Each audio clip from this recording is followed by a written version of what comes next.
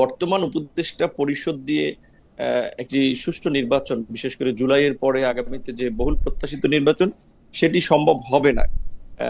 তাদের সেই ফিটনেস নাই বলে আমি মনে করি। একটা সুষ্ঠু নির্বাচন করার জন্য, জন আকাঙ্ক্ষা পূরণের জন্য এই উপদেষ্টা পরিষদ অবশ্যই একটা পুনর্গঠন প্রয়োজন হবে, এবং আমি যতদূর জানি সরকারের মধ্যেও সেই আলোচনাটা আছে। সো নির্বাচনকালীন সরকার তফসিল ঘোষণার আগে আগে হয়তো কিছু পরিবর্তন আমরা দেখতে পারি। সেই ক্ষেত্রে যদি সেই ধরনের যোগ্য, দক্ষ, কমিটেড লোককে আমরা উপদেষ্টা পরিষদে দেখতে পাই, তাহলে হয়তো আমরা আশা করতে পারি যে একটা ভালো নির্বাচন হবে। আহ, কিন্তু এই কাঠামোতে এই উপদেষ্টা পরিষদ দিয়ে সেটি সম্ভব হবে না। এটুকু আমি আমার উপলব্ধি বা আন্ডারস্ট্যান্ডিং থেকে বলতে পারি। উম, ব্যারিস্টার রুবিন ফারহানা, আপনিও কি এরকম মনে করেন যে নির্বাচনকালীন সরকার আসলে পুনর্গঠন হবেন? এটি জনাব নুরুল হক নূর বলছেন যে আপনি শুনলেন যে এই সরকারের আসলে নির্বাচনকালীন ফিটনেসই নাই। আপনার মন্তব্য একটু আমরা শুনতে চাই।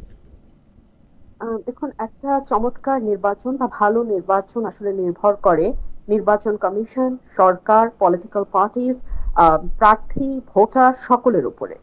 কিন্তু মূল চাবিটা কিন্তু সরকারের হাতে থাকে।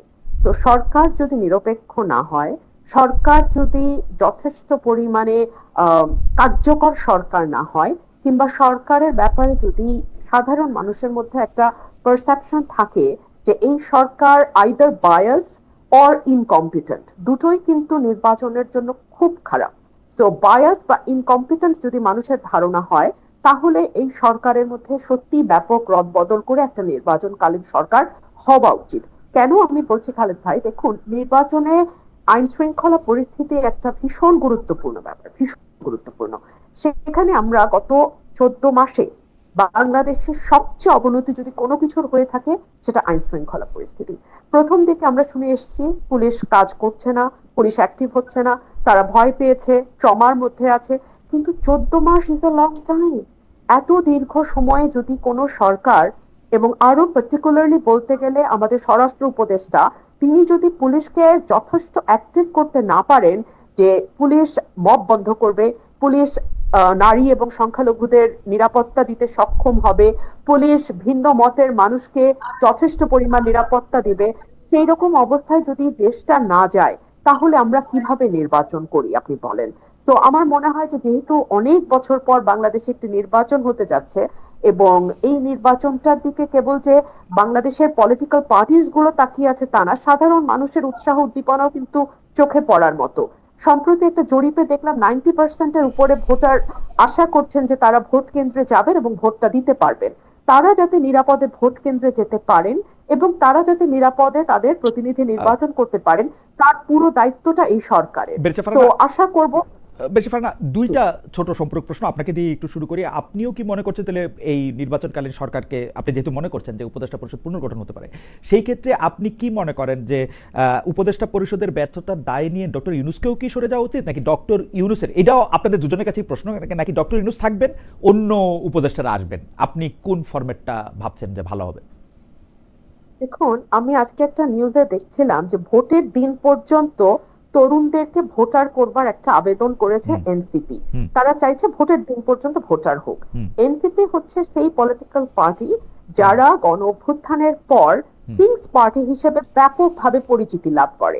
এখন প্রশ্ন আসতে পারে, এর প্রমাণ কি যে তারা কিংস পার্টি?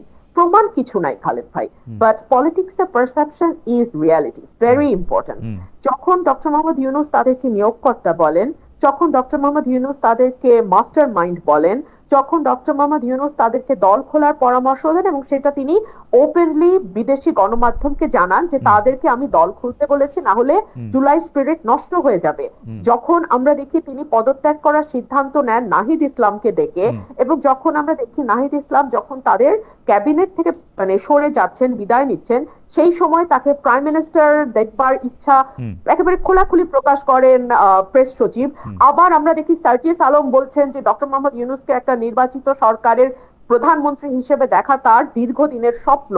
তখন আপনি আমাকে নিজেই বলেন যে এই না, সরকার আমি আবার আপনি যে অংশটুকু দেখতে পান না ওইটা আবার আমি দেখি যে উনি মহাসাগর পাড়ি দিয়ে একটি দলের চেয়ারম্যানের সঙ্গে দেখা করে আসছেন, তার সাথে দেখা করে ডিসেম্বরের ইলেকশন ফেব্রুয়ারিতে হয়ে যাচ্ছে। আমি দেখতে পাচ্ছি যে ডক্টর মোহাম্মদ ইউনূস এবং একটি পার্টির পক্ষ থেকে যৌথ সংবাদ সম্মেলন করা হচ্ছে। আমি এইটা শুনতে পাই ওই দলের ভারপ্রাপ্ত চেয়ারম্যানের পক্ষে যে দলে প্রধানমন্ত্রী হলে তিনি কি কি করবেন সেটাও শুনতে চেয়েছেন ডক্টর মোহাম্মদ ইউনূস। তো আমি তো ওইটাও দেখতে পাই, মানে আমি আমি আমি আমি দেখি যে বিএনপি যা চায় বাংলাদেশে তাই হইতেছে, আমি এটাও দেখি ব্যারিস্টার ফারহানা। খালেদ ভাই, তাহলে আপনার যুক্তি এবং আমার যুক্তি দুটো যদি আমরা পাশাপাশি রাখি, it makes a circle, and that circle says that Dr. Mohammad Yunus should not be in the head chair, তাই না? তাহলে কি ডক্টর মোহাম্মদ ইউনূস থাকবেন উপদেষ্টা পরিষদ চেয়ে যাবে? এটাই বুঝতে চাইতেছিলাম যে আপনি তো অনেক কৌশলী এবং প্রতিনিধিত্বশীল আইনজীবী, মানে আপনার সব কথা হয়তো বুঝতে পারবো না, মানে আপনার মনটা কি মনে করতেছি সেইটা একটু চাইতেছি। মানে আপনার যে যুক্তিগুলো সেগুলো ধরলে উনি বিএনপির প্রতি বায়াসড, আর আমার যুক্তিগুলো ধরলে উনি এনসিপির প্রতি বায়াসড। সো যেই দিকে উনি বায়াস থাকেন না কেন সেটাই ইন্ডিকেট করে he should not be in the head chair, সেটাই আমি বলেছি। ও আচ্ছা আচ্ছা, কিন্তু আমার কাছে মনে হয় উনি যদি সব দিকেই বায়াস থাকেন। এখন যদি নূরকে আমি একটু জানতে চাইবো যে জনাব নূর, আপনি কি মনে করেন ডক্টর মোহাম্মদ ইউনূসের কিছু সময় আমি জামায়াতের প্রতিও বায়াস দেখছি, মানে এটা কি ভালো? আমারে যেমন একরোজ দা পার্টি অনেকেই মানে আমাকে বলেছেন যে তারা ডক্টর মোহাম্মদ ইউনূসকে চান, আবার একরোজ দা পার্টি অনেকেই বলেছেন যে তারা ডক্টর মোহাম্মদ ইউনূসকে একেবারেই চান না। এটা কি ভালো না খারাপ? আপনার কাছে কি মনে হয় উপদেষ্টা পরিষদ পুনর্গঠন করলে ডক্টর মোহাম্মদ ইউনূস সহ বাকি উপদেষ্টারা, নাকি ডক্টর মোহাম্মদ ইউনূস বাদে মানে পুরো উপদেষ্টা পরিষদই চেঞ্জ? আপনি কি মনে করেন?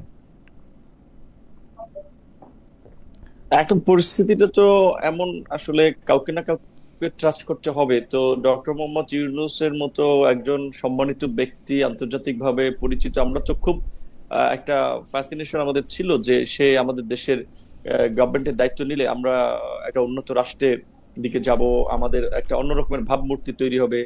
সেই জায়গা থেকে আমরা তার গভর্নমেন্টকে খুব ওয়েলকাম করেছিলাম প্রথম দিকে, কিন্তু তার টিমটা আসলে তিনি নিজে সাজিয়েছেন নাকি তাকে সাজিয়ে দেওয়া হয়েছে সেটা আমরা এক্স্যাক্টলি জানি না। তবে এখন যখন নাহিদ ইসলাম বলছেন যে উপদেষ্টারা আপনার তারা প্রতারণা করছেন, তারা কথা রাখেন নাই, তখন বোঝা যাচ্ছে যে এখানে একটা নেগোসিয়েশনের মধ্যে দিয়ে উপদেষ্টা পরিষদ গঠিত হয়েছিল। সেখানে কিছু শর্ত ছিল, যারা যারা উপদেষ্টা হবেন কি করবেন না করবেন। তো সেই দিক থেকে মনে হচ্ছে যে ডক্টর মোহাম্মদ ইউনূস আসলে একটা ভালো টিম পান নাই খেলার জন্য, যেটা আমরা ক্রিকেট ফুটবলের যদি কথা ভাবি। এখানে ডক্টর মোহাম্মদ ইউনূস হতে পারেন এখানে মেসি কিংবা ধরেন একজন ভালো প্লেয়ার, কিন্তু একজন প্লেয়ার দিয়ে তো আসলে একটা টিম জেতানো যায় না যদি তার সাথে প্যারালাল অন্য প্লেয়াররা ভালো না খেলতে পারে। আমি এটা বুঝতে পারতেছি, তার মানে কি ডক্টর আমি সরল প্রশ্নই করতেছি, আসলে কোনো প্যাচ ঘোষ না, মানে ডক্টর মোহাম্মদ ইউনূসের রাইখা উপদেষ্টা পরিষদ বদলানো হবে নাকি ডক্টর মোহাম্মদ ইউনূস সহই উপদেষ্টা পরিষদ, মানে আপনি ফিটনেস ছাড়া বলতেছেন?